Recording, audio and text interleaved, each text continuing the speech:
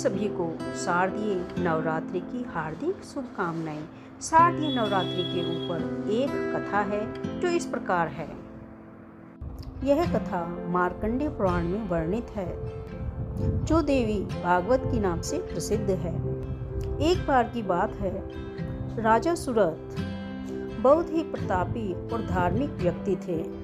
उनका राज्य बहुत ही विस्तृत और समृद्ध था, किंतु एक दुष्ट संयोग से उनके ही कुछ लालची मंत्रियों और सामंतों ने उनके विरुद्ध विद्रोह कर दिया और उनके खिलाफ युद्ध शुरू कर दिया। राजा सुरथ अपनी प्रजा के हित के लिए बहादुरी से लड़े, किंतु छल कपट के कारण उनकी पराजय हुई। उन्हें अपना राजपाट छोड़कर जंगल की शरण लेनी पड़ी। जंगल में घूमते हुए उन्हें एक दिन महर्षि मेधा का आश्रम दिखाई दिया। वहां पहुंचकर उन्होंने देखा कि उनके पास एक व्यापारी भी उपस्थित है, जिसका नाम समाधि था।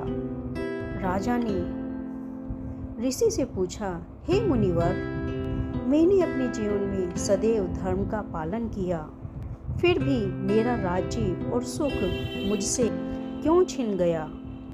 और हैरानी की बात तो यह है कि मुझे अपने खोए हुए राज्य और अपने शत्रुओं की चिंता सताती रहती है, जबकि मेरे पास अब कुछ भी नहीं बचा है। यह मोह मुझे क्यों नहीं छोड़ रहा है? व्यापारी समाधि ने भी अपनी व्यथा कही। हे ऋषिवर, मेरे पुत्र और पत्नी ने मुझे धन के लालच में घर से निकाल दिया। मेरा अपना परिवार मेरे साथ छल कर रहा है, फिर भी मेरा मन उन्हीं के लिए व्याकुल और चिंतित रहता है।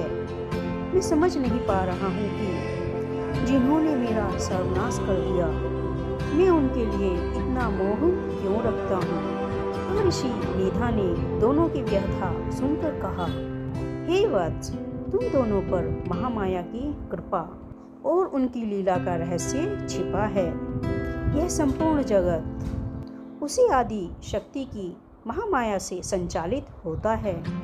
वही सृजन, पालन और संहार का कारण है। उनकी इच्छा के बिना पत्ता भी नहीं हिलता, और तुम दोनों के मन में जो मोह है वह भी उनकी माया का ही एक अंग है।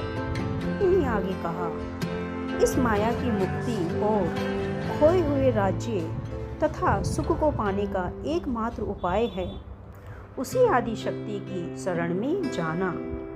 अभी शारदीय नवरात्रि का पावन समय आ रहा है। तुम दोनों विधि विधान से इस अवसर पर देवी की आराधना करो। राजा सुरथ और व्यापारी समाधि ने ऋषि की आज्ञा का पालन किया। उन्होंने नवरात्रि में 9 दिनों तक कठोर व्रत रखा, देवी की मूर्ति की स्थापना की और प्रतिदिन दुर्गा सप्तशती का पाठ किया। वे फल फूल खाकर रहते और रात्रि जागरण करते। उनकी अटूट श्रद्धा से प्रसन्न होकर 9वें दिन नवमी देवी प्रकट हुई और बोली, वर मांगो। राजा सुरथ ने कहा, हे माँ, मैं अपना खोया हुआ राजपाट चाहता हूँ और इस मोह से मुक्ति चाहता हूँ।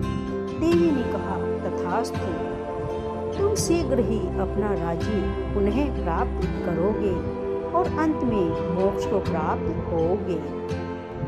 मैंने समाधि व्यापारी की ओर देखा। समाधि ने सांसारिक मोह से मुक्ति की याचना की। देवी ने उन्हें ज्ञान और वरदान दिया, जिससे उनका मोह दूर हो गया और उनकी मुक्ति का मार्ग प्रशस्त हुआ। ये वरदान से राजा सुरथ ने अपने शत्रुओं पर विजय प्राप्त की और पुनः अपना राज्य प्राप्त किया, किंतु अब उनके मन में सांसारिक मोह कम हो गया था।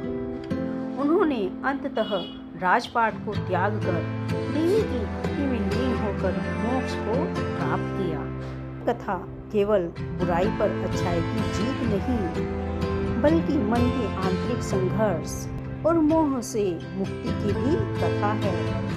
यह कथा बताती है कि देवी की कृपा से बाहरी संकटों से और साथ ही साथ आंतरिक दुर्बलताओं पर भी विजय प्राप्त की जा सकती है। यही इस कथा का सार है।